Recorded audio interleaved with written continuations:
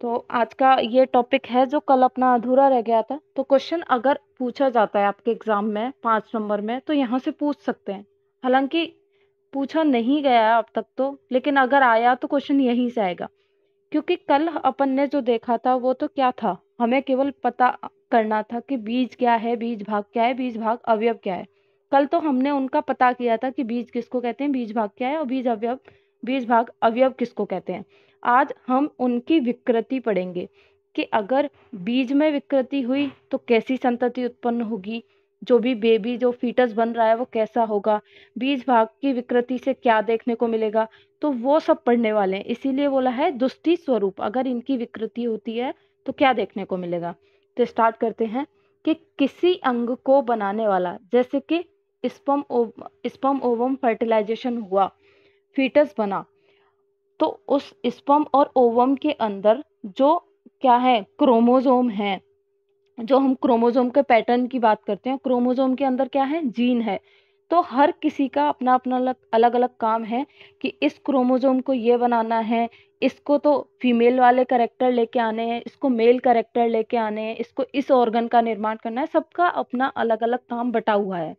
लेकिन अगर मान लो जो क्रोमोजोम जो अपना काम करने वाला था उसमें डिफेक्ट हो गया, तो वो जो काम करने वाला था या वो जिस ऑर्गन का निर्माण करने वाला था उसमें क्या हो जाएगी, विकृति हो जाएगी।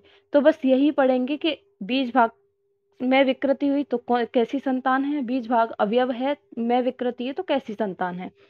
तो किसी अंग को बनाने वाला बीज भाग यानी कि क्रोमोजोम अगर विकृत हो तो उत्पन्न संतान, जो संतान बन रही है, क्योंकि क्रोमोजोम तो फीटस के लिए आ चुके, माता से और पिता से, स्पर्म ओवम या शुक्र शोणित की बात करें उसके अंदर आ चुके, तो उसी के अंदर विकृति देखने को मिलेगी। तो जो संतान उत्पन्न हुई है उसमें जो बीज भाग यानी कि क्रोमोजोम पर्टिकुलर जिस अंग को बनाने वाला था उसको, या तो वो अंग उसमें बनेगा ही नहीं, या फिर क्या होगा, उसमें अगर बनेगा तो उस अंग में कुछ ना कुछ डिफॉर्मिटी देखने को मिलेगी।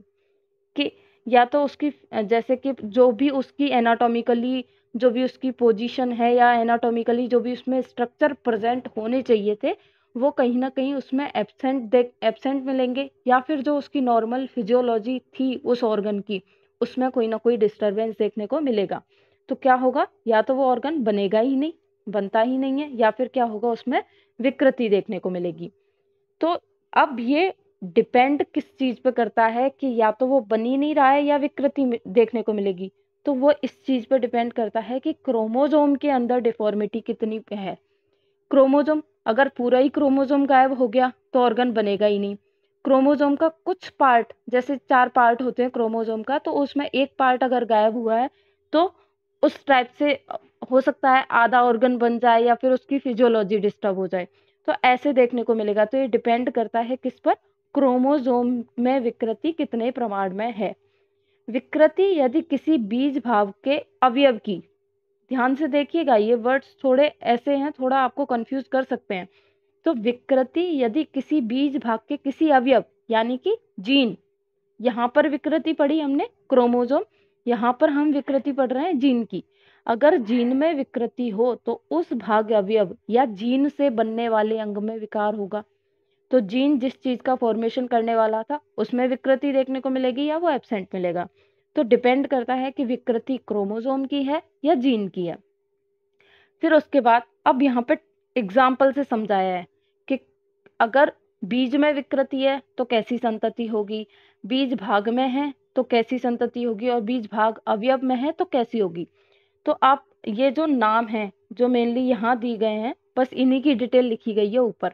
तो स्टार्ट करते हैं कि यदि, अब सुनना ध्यान से, यदि फीमेल का शोणित यानी कि आर्तव अगर उसमें विकृति है, साथ साथ किसमें, ओवम बोलूं या आर्तव बोलूं, या फिर गर्भाशय को बनाने वाले भाग में, गर्भाशय यूटरस का जो पार्ट फॉर्मेशन करने वाला था उसमें अगर विकृति है तो हम जो भी संतान उत्पन्न होगी, अब वो फीमेल ही होगी, फीमेल होगी तो उसको क्या बोलेंगे हम, बंध्या। अब कल जिसने भी डाउट पूछा था क्लाइनेफिल्टर सिंड्रोम के लिए, तो उन्होंने एज इट इज नाम नहीं दिया है, हम केवल कोरिलेट कर सकते हैं। जैसे कि वो जो ये जो बंध्या बोल रहा है इसको हम कोरिलेट कर सकते हैं टर्नर सिंड्रोम से, ठीक है, क्योंकि उसमें क्या है, सॉरी, इस इन सबके ही जो, एक तो यहाँ पे वंध्या पढ़ेंगे, एक यहाँ पे वार्ता पढ़ेंगे, दोनों ही टर्नर सिंड्रोम जैसी देखने को मिलेंगी, तो हम उन्हें कोरिलेट कर सकते हैं। बाकी जैसे क्लाइने फिल्टर सिंड्रोम के लिए उन्होंने क्या बोला है कि उसमें एक्स एक्स वाई होगा, लेकिन आयुर्वेद ऐसा वृद्धि की बात नहीं करता है। आयुर्वेद ये नहीं कहता है कि उसकी वृद्धि हो जाएगी, किसकी, बीज भाग की वृद्धि की बात नहीं करता है, केवल उसकी दुष्टि की बात करता है। वहां पे क्या होता है, क्रोमोजोम बढ़ जाता है। टोटल क्रोमोसोम कितने होने चाहिए, 47 46 होने चाहिए, और क्लाइनेफेल्टर सिंड्रोम में कितने हो जाते हैं, 47 हो जाते हैं। Autosome plus X X Y, तीन जो एक्स क्रोमोसोम है उसमें एक्स्ट्रा आ जाता है।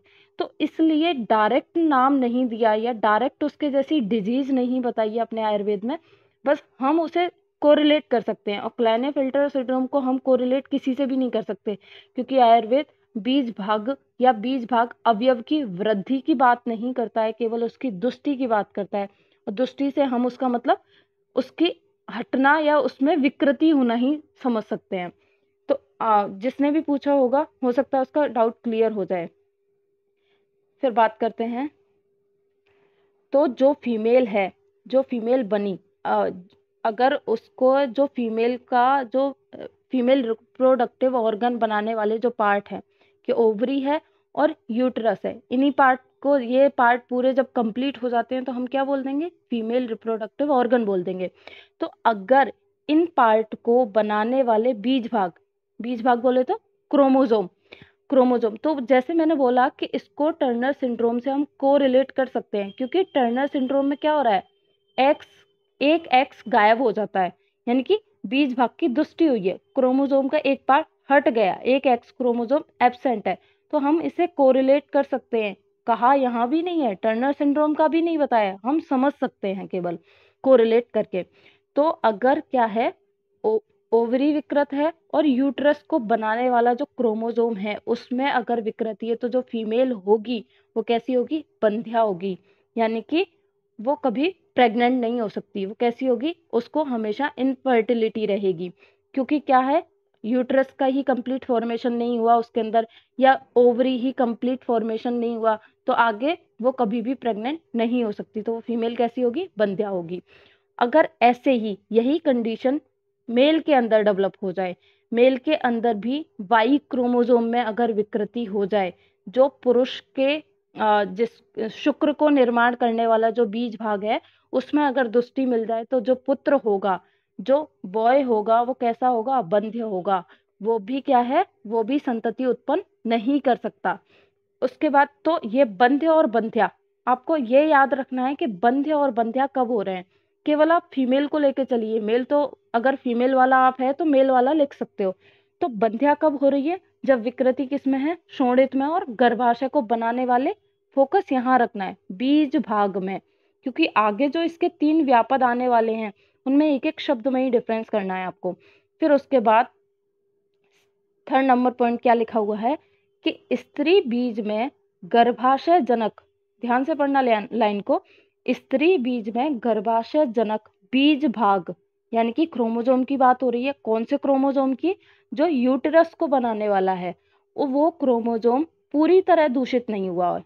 यहाँ पे तो क्या था, पूरी तरह दूषित है, यहाँ पे क्या है, पूरी तरह अगर वो दूषित ना हो, केवल उसका एक अवयव, अवयव बोले तो जीन, जो क्रोमोसोम यूट्रस को बना रहा है, वो कंप्लीट उसके अंदर डिफॉर्मिटी ना होके उसके किसी जीन में अगर डिफॉर्मिटी हुई है, तो क्या होगा, तो उसका एक अवयव दोषोपहत हुआ हो, यानी कि जीन में विकृति है, तो उस बीज भाग अवयव से, यानी कि जिस जीन में डिफॉर्मिटी है, जो जीन यूट्रस का जो पार्ट बनाने वाला था, अगर वो वहां एब्सेंट है, तो क्या होगा, गर्भाशय यानी कि यूट्रस पूर्ण रूप से नष्ट ना होकर, क्योंकि क्रोमोसोम तो है, जो क्रोमोसोम यूट्रस को बना रहा है वो तो है, केवल जीन नहीं है। जीन क्या काम करते हैं, जो उस ये जीन क्या काम करेगा, यूट्रस के कोई पार्ट को तो कोई जीन बनाएगा, सर्विक्स को कोई बनाएगा, मायोमेट्रियम को कोई बनाएगा, एंडोमेट्रियम को कोई बनाएगा, ऐसे ये काम करेंगे। तो अगर जीन एब्सेंट है तो यूट्रस पूरा एब्सेंट ना हो करके क्या होगा, उसका कुछ पार्ट ही मिसिंग होगा या कुछ पार्ट ही उसका प्रभावित होगा। जैसे कि ये कंडीशन हम कहाँ देख सकते हैं, अगर आप लोगों ने कभी नाम सुना हो क्रिप्टोमिनोरिया, क्रिप्टोमिनोरिया या इम्परफोरेट हाइमेन, अगर आपने ये सुने हो तो इनके अंदर क्या होता है, वो जो एनाटॉमिकल स्ट्रक्चर है फीमेल रिप्रोडक्टिव सिस्टम का, एनाटॉमिकल जो स्ट्रक्चर है उसके अंदर डिफॉर्मिटी होती है। तो इम्परफोरेट हाइमेन का मतलब है कि, या फिर क्रिप्टोमिनोरिया का मतलब क्या है कि उसके अंदर जो पैसेज, जो मेंस्ट्रुअल साइकिल को फ्लो कराने वाला जो पैसेज है फीमेल के अंदर, उसका डेवलपमेंट कंप्लीट नहीं हो पाता है। और जो मेंस्ट्रुअल साइकिल है वो कैसे आता है, एंडोमेट्रियम के ब्रेकडाउन से। तो एंडोमेट्रियम का ब्रेकडाउन तो हर मंथ होता है, लेकिन वेजाइनल पाथवे जिसके थ्रू मेंस्ट्रुअल साइकिल, जो मेंस्ट्रुअल ब्लड है उसका फ्लो होगा, तो वो पाथवे में क्या हो जाता है, ऑब्स्ट्रक्शन हो जाता है। क्यों? क्योंकि कहीं ना कहीं वो जीन जो उस पाथवे को बना रहा था उसके अंदर डिफॉर्मिटी थी। तो वो फीमेल को क्या होता है, मेंस्ट्रुअल साइकिल विजिबल नहीं होते। मेंस्ट्रुअल साइकिल तो उस फीमेल को आता है लेकिन विजिबल नहीं होता है, वो वहीं कलेक्ट होता रहता है अंदर ही अंदर। तो उसको कोरिलेट कर सकते हैं, किसको, क्रिप्टोमिनोरिया को, किससे, पूती प्रजा से।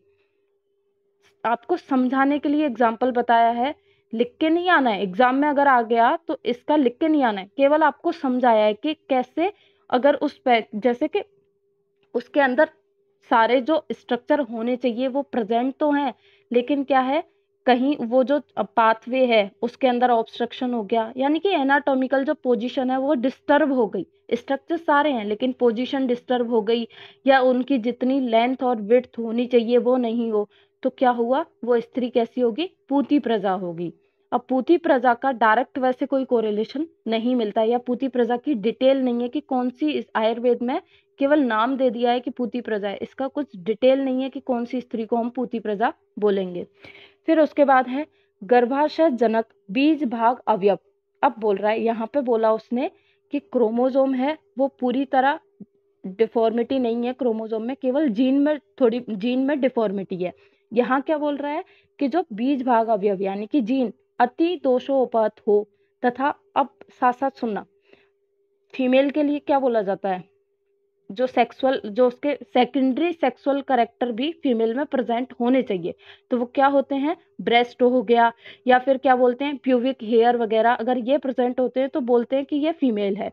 तो इसके अंदर क्या होगा, जो जीन उसके सेकेंडरी सेक्सुअल कैरेक्टर को डेवलप करने वाले थे, उनके अंदर अगर कोई डिफॉर्मिटी हुई तो वो स्त्री को क्या बोलते हैं, हम वार्ता बोलते हैं। अब मैं वापस पढ़ती हूँ, गर्भाशय जनक बीज भाग अवयव यानी कि जीन अति दोषोपहतो यानी कि जीन में डिफॉर्मिटी है, प्लस जीन खराब है, अब प्लस करते चलना है इसमें, जीन खराब है, उसके बाद सेकंड, स्त्री बीज में जो ओवरी, जो स्त्री बीज है, जो आर्तव है, उसके जिस पार्ट से क्या होना था, सेकेंडरी सेक्सुअल कैरेक्टर डेवलप होने थे, यानी कि स्त्रीकर भाव, इनको जैसे कि अगर अपन आयुर्वेद की बात करते हैं तो स्त्रीकर भाव कौन कौन से हैं, जो उपस्थ हो गया, स्तन है, ये स्त्रीकर भाव है, यानी कि ये शो कराते हैं कि ये जो बॉडी है वो फीमेल की होगी। तो अगर इनके अंदर विकृति होती है तो जो फीमेल होगी, यानी कि जो फीमेल चाइल्ड का जो बर्थ होगा वो फीमेल कैसी होगी, वार्ता होगी, उसका नाम दे दिया वार्ता। तो भावी संतति का आकार अधिकांशतः वो दिखने में फीमेल जैसी होगी, मोस्टली वो फीमेल जैसी होगी, लेकिन उसके सारे करेक्टर अच्छे से डेवलप नहीं हुए हैं, जैसे कि उसकी ब्रेस्ट का डेवलपमेंट प्रॉपर ना हुआ हो, या फिर प्यूबिक हेयर है बहुत कम अमाउंट में हो, तो क्या है, उसके जो सेकेंडरी सेक्सुअल करेक्टर हैं वो अच्छे से डेवलप नहीं होते हैं, तो उस फीमेल को क्या बोलते हैं, वार्ता बोलते हैं। अब आपको शॉर्ट में यहाँ से समझ में आ जाएगा, जैसे कि अब जैसे हमने बोला, बंध्या है, पूती प्रजा है और वार्ता है, इनको तीनों को क्या बोला जाता है, स्त्री के व्यापद या स्त्री के विकार। स्त्री व्यापद कितने होते हैं, ये जो एंट्रेंस एग्जाम है AIPGT उसके अंदर क्वेश्चन आता है, स्त्री व्यापद कितने होते हैं, स्त्री व्यापद 3 होते हैं, कौन कौन से, बंध्या, पूती प्रजा और वार्ता। अब ये कैसे, अब प्लस करना है, देख, आर्तम में विकृति है और बीज भाग दुष्ट है यानी कि क्रोमोसोम में विकृति है, तो स्त्री कैसी होगी? बंध्या होगी। जो फीमेल चाइल्ड का जो बर्थ होगा वो फीमेल चाइल्ड कैसी होगी? बंध्या होगी। अगर आर्तव प्लस बीज भाग अवयव यानी कि जीन में विकृति है तो जो फीमेल चाइल्ड होगी वो कैसी होगी? पूती प्रजा। और आर्तव प्लस बीज भाग अवयव, आर्तव जीन प्लस स्त्री बीजकर भाव यानी कि जो part secondary sexual character develop करने वाला था उसमें अगर विकृति है तो फीमेल कैसी होगी? वार्ता। तो आप इतना जो पूरा एक पेज लिखा हुआ है उसको आप इससे ही केवल अगर आपको अच्छे से समझ में आ गया है तो क्विक रिवीजन के लिए इतना काफी है। ये आप समझ जाओगे कि बंध्या के अंदर क्या है कि शोणित में विकृति है, बीज भाग में विकृति है। पूती प्रजा में शोणित के साथ बीज भाग अवयव जुड़ जाएगा और उसमें बीज भाग अवयव यानी कि ये दोनों प्लस स्त्री बीज कर जो भाव हैं इनकी भी दुष्टि हुई तो क्या होगी? वो वार्ता। अब इन्हीं को अगर अपन मेल में बात करते हैं तो मेल में अगर बीज भाग की विकृति है यानी कि क्रोमोसोम विकृति है तो क्या होगा? बंध्य होगा। जीन की विकृति है तो पूती प्रज होगा। सेम से ही नाम है, फीमेल के लिए जो आ है पीछे से बस वो हटा दिया है इसमें मेल में, तो बंध्य होगा, पूती प्रज होगा। फिर उसके बाद बीज भाग अवयव और जो पुरुष बीजकर भाव होते हैं यानी कि जो उसमें दाढ़ी मूछ ये डेवलप करने वाले होते हैं अगर वो एब्सेंट हैं तो क्या होगा? वो बस यहाँ पे नाम उसको वार्ता दे दिया फीमेल को और मेल को क्या नाम दिया है? तृणपुत्रिक। तो यही नाम अलग है, बाकी तो सब सेम है। बंध्या का बंध्य कर दो, पूती प्रजा का पूती प्रज कर दो, वार्ता का तृणपुत्रिक। तो ये आपका चैप्टर है। इसके अंदर आपको अब समझ आ गया होगा किस में विकृति होगी तो कैसी संतान होगी। फिर उसके बाद हम स्टार्ट करते हैं नेक्स्ट चैप्टर। सॉरी अभी ये रह गया, बीज दुष्टि। बीज दुष्टि है यानी कि डिसऑर्डर कैसे होंगे? कॉन्जेनाइटल। जो भी बेबी का बर्थ होगा उसमें क्या बोलेंगे कि कॉन्जेनाइटल डिफॉर्मिटी है। बीज भाग में दुष्टि यानी कि क्रोमोसोमल डिसऑर्डर हुआ। ऐसे ही मॉडर्न के नाम से कोरिलेट कर दिया है। बीज भाग अवयव जो कि आप पढ़ चुके हो ऑलरेडी, उनमें क्या है? सिंगल जीन डिफेक्ट अगर है, सिंगल जीन में डिफेक्ट है तो क्या बोल देंगे हम? बीज भाग अवयव में दुष्टि। तो ये आपको याद रखने के लिए, मॉडर्न से कोरिलेट करने के लिए। फिर उसके बाद बात करते हैं हम हेरिडिटी डिसऑर्डर की। अब ये जो पढ़ेंगे ये आप सभी का सुना हुआ है ये चैप्टर, और एग्जाम में अभी तक तो यहाँ से कोई क्वेश्चन आया नहीं है लेकिन आप सभी को पता होना चाहिए। और जैसे कि हम रोग निदान की बात कर रहे हैं तो फोकस ज्यादातर आयुर्वेद पर ही रखना है। मॉडर्न का बस हमें साथ लेके चलना है कि हाँ भाई हमने थोड़ा मॉडर्न पढ़ा है, हमें थोड़ा नॉलेज है, तो उसके लिए बहुत शॉर्ट में लिखा गया है ये। और इतना ही अगर एग्जाम में आ जाता है तो एग्जाम के हिसाब से ही इस चैप्टर के नोट्स तैयार किए गए हैं कि एग्जाम में आता है तो इतना सफिशियंट है, इसके बाहर पढ़ने की आपको जरूरत नहीं है। तो स्टार्ट करते हैं हेरिडिटी डिसऑर्डर। हेरिडिटी यानी कि जो कई पीढ़ियों से चलते आ रहे हों, जैसे कि दादा से पापा में गए, पापा से अपनी पीढ़ी में आए, फिर आगे जैसे जाते जा रहे हैं, वो डिसऑर्डर क्या है? हेरिडिटी। नॉर्मल लैंग्वेज में समझने के लिए तो क्या है? आनुवांशिक विकारों के अंतर्गत। अब अपन इसका हम ये कह सकते हैं कि हमने जो पिछला चैप्टर पढ़ा है वो आयुर्वेदा के अकॉर्डिंग आनुवांशिक विकार हैं और ये हम मॉडर्न वाला पढ़ रहे हैं, ठीक है। तो आनुवांशिक विकारों के अंतर्गत जीन में होने वाली विकृतियां, अब हम इसके हेरिडिटी डिसऑर्डर है इसके अंदर हम पढ़ेंगे क्या? जो जीन की डिफॉर्मिटी है वो पढ़ेंगे और उनसे होने वाली डिजीज, इनका जो अध्ययन करते हैं वो किसके अंदर करते हैं? हेरिडिटिकल डिसऑर्डर के अंदर। तो जीन क्या है? जीन है क्या? Gene is a functional unit of protein formation. तो जो जीन है, अब जीन का काम क्या है? जीन है क्रोमोसोम पर प्रेजेंट है। अब आप लोगों ने सुना होगा कि जीन का डिसलोकेशन हो गया या जीन एब्सेंट हो गया, जैसे अपन ने पिछले ही बात की है, तो क्या होगा? वही बात कि या तो कुछ उसके अंदर एब्सेंट होगा या कुछ उसके अंदर एक्स्ट्रा होगा या उसके अंदर कुछ ना कुछ डिफॉर्मिटी होगी। तो जीन है, जो जीन जितने होने चाहिए उनके अंदर या तो एब्सेंट हो गया या बढ़ गया। तो जीन के अगर स्टोरेज में डिस्टरबेंस हुआ या जीन के ट्रांसमिशन में डिस्टरबेंस हुआ तो क्या होगा? डिजीज उत्पन्न होगी। उसके बाद जो जीन है वो क्या है? जीन को हम क्या बोलते हैं? जीन के अंदर क्या है? पॉलीमर ऑफ डीएनए, जीन को क्या बोल दिया, पॉलीमर ऑफ डीएनए। अब इसके बाद क्या है, अब सभी को पता होता है ये चीज तो, कि जो एक सेकेंड, हम क्या पढ़ रहे हैं, हम इसके अंदर पढ़ेंगे क्रोमोजोमल एबनॉर्मेलिटीज। तो क्रोमोजोम कितने हैं, मेल और फीमेल दोनों में, 46।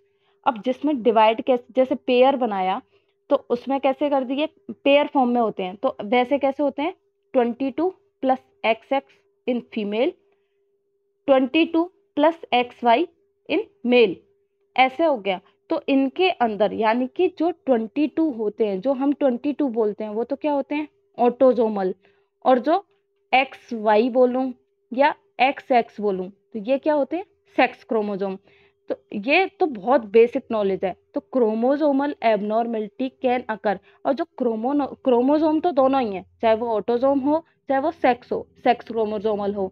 तो अगर इनके अंदर एबनॉर्मेलिटी होती है, चाहे वो ऑटोजोमल के अंदर हो गई हो चाहे वो एक्स क्रोमोजोम के अंदर एबनॉर्मेलिटी हो गई हो, तो क्या होंगे, डिसऑर्डर होंगे। उन डिसऑर्डर को हम क्या बोलेंगे, क्रोमोजोमल डिसऑर्डर। ठीक है, अब डिसऑर्डर पढ़ते हैं। ये सब तो इसकी समरी थी या बेसिक था। अब डिसऑर्डर से स्टार्ट करते हैं। तो सबसे पहला जो डिसऑर्डर है वो है डाउन सिंड्रोम। अब सबसे पहला क्वेश्चन अगर आता है तो आपको स्टार्टिंग कहाँ से करनी है, कि डाउन सिंड्रोम क्या है, क्रोमोजोमल डिसऑर्डर है, हेरिडिटिकल डिसऑर्डर है। उसके बाद इसके अंदर डिफॉर्मिटी किस में हुई, डिफॉर्मिटी होती है इसके अंदर कि एक क्रोमोजोम है उसकी ट्राइजोमी हो जाती है। कौन से क्रोमोजोम की, 21 नंबर, जो 21 नंबर जो क्रोमोजोम है उसकी ट्राइजोमी हो जाती है, यानी कि ये क्रोमोजोम उसके अंदर एक और एक्स्ट्रा हो जाता है, यानी कि क्रोमोजोम इसमें बढ़ गए। ऑटोजोमल जो क्रोमोजोम है 21 नंबर, वो इसमें बढ़ जाता है, उसकी ट्राइजोमी हो जाती है। तो टोटल क्रोमोजोम कितने हो जाते हैं इसमें, 47।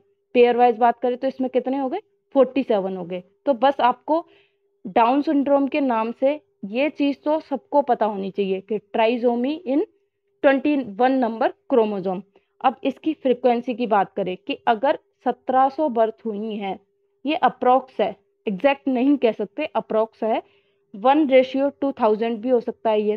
तो इसकी बर्थ फ्रिक्वेंसी कितनी है कि अगर 2000 बच्चे मान के चले या 1700 बच्चे मान के चले, उनमें एक ना एक बच्चा तो डाउन सिंड्रोम से ग्रसित होगा ही होगा। तो इस सिंड्रोम के अंदर, अब ये तो ऐसे ही बता दिया कि सबसे पहले ये किस में देखा गया, तो लैंगडम डाउन डिग्रा, इसके अंदर ये देखा गया। छोड़े ये सब, नेक्स्ट है इसके सिम्टम। जो बेबी होगा डाउन सिंड्रोम से ग्रसित, उसके अंदर क्या क्या देखने को मिलेगा। तो सबसे पहले बात करते हैं। अब ये जो लिखा हुआ है आप लोगों को हो सकता है ये मैटर कम लगे, लेकिन एग्जाम में क्वेश्चन आया तो 5 नंबर में आएगा, 5 नंबर के लिए बहुत मैटर है। आप इनकी लाइनों को थोड़ा बढ़ा के लिख सकते हो। जैसे कि मैं बताऊं, IQ, नॉर्मल IQ की रेंज कितनी होनी चाहिए, 90 टू 110 IQ की रेंज होनी चाहिए। नॉर्मल एडल्ट की बात करें या बच्चे की बात करें, नॉर्मल चाइल्ड है उसका IQ लेवल 90 टू 110 होना चाहिए।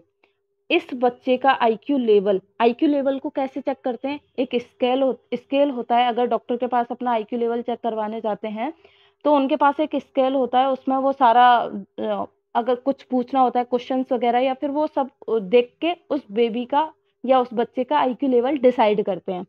तो इस बच्चे का IQ लेवल 60 से भी कम होगा, क्योंकि इसका मेन, अब ट्राइजोमी हुई है यानी कि क्रोमोजोम में डिस्टरबेंस हुआ है, क्रोमोजोम बढ़ गया।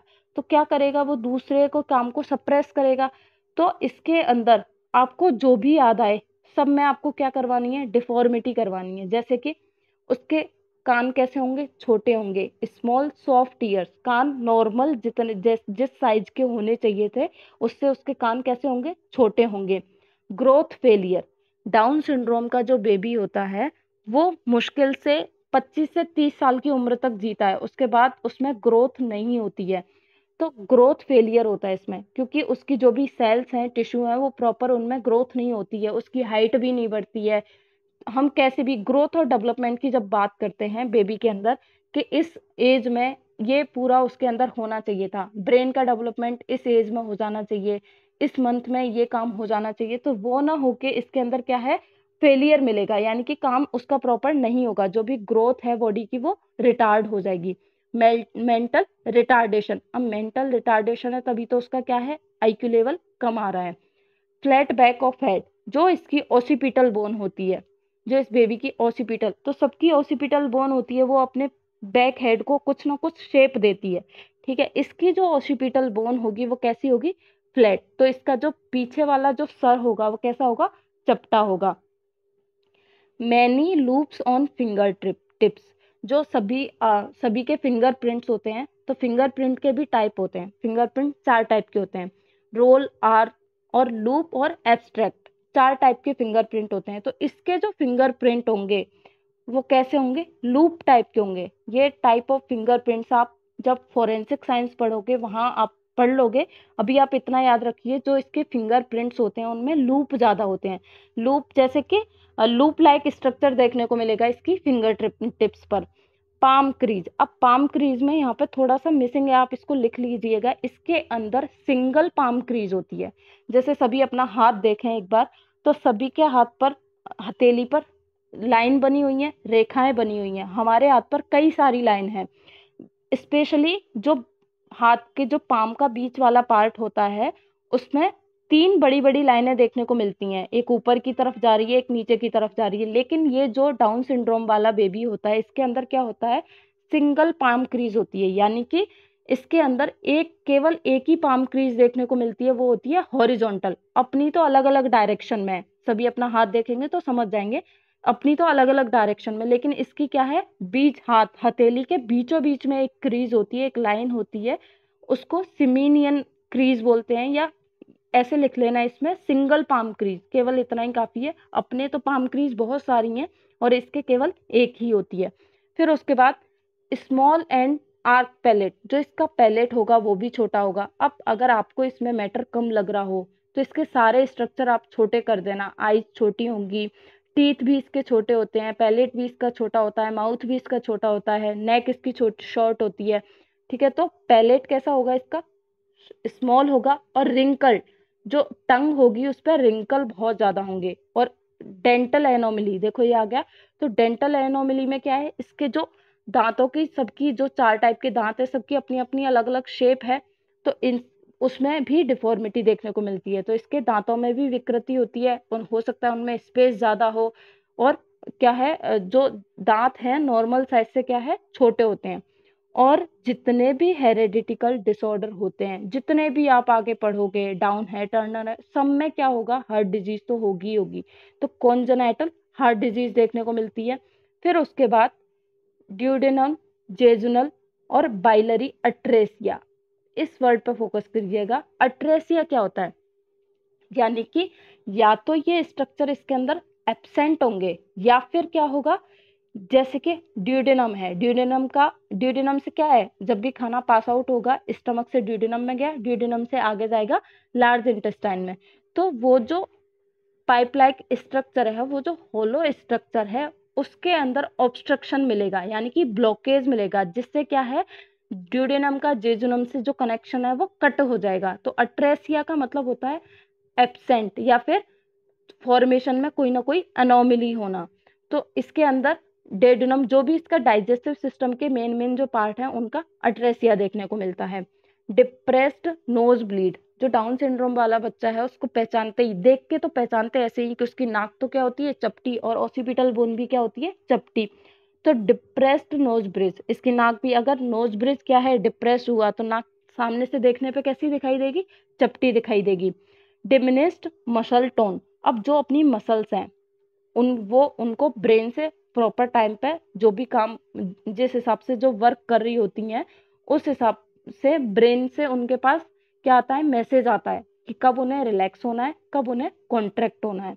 अब इस जो बेबी है इसके अंदर क्या है, ब्रेन तो प्रॉपर काम कर नहीं रहा, तो मसल्स को प्रॉपर टाइम पे क्या है, मैसेज नहीं आ पाते हैं, सेंसेशन नहीं आ पाते हैं, जो इसके मोटर और सेंसरी न्यूरॉन है वो टाइम पे अपना काम नहीं कर पाते हैं। तो इनकी जो मसल टोन है, यानी कि मसल टोन अगर रिलैक्स हैं तो रिलैक्स ही रह गई, कॉन्ट्रैक्ट हैं तो कॉन्ट्रैक्ट ही रह गई, तो जो इनकी मसल टोन है वो भी क्या मिलेगी, डिस्टर्ब मिलेगी।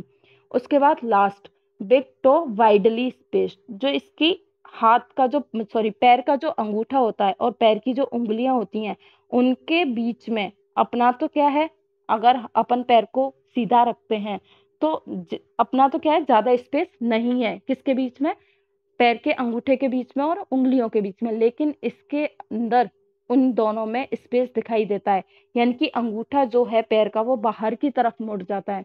तो बिग टो पैर का अंगूठा क्या होगा, बड़ा होगा, और अंगूठे और उंगलियों के बीच में स्पेस भी क्या होगा, ज्यादा होगा। तो ये है डाउन सिंड्रोम। इतना काफी है आपके एग्जाम के लिए। फिर उसके बाद अगला पढ़ेंगे टर्नर, तो इसके लिए आप एक बार वापस ज्वाइन कीजिए।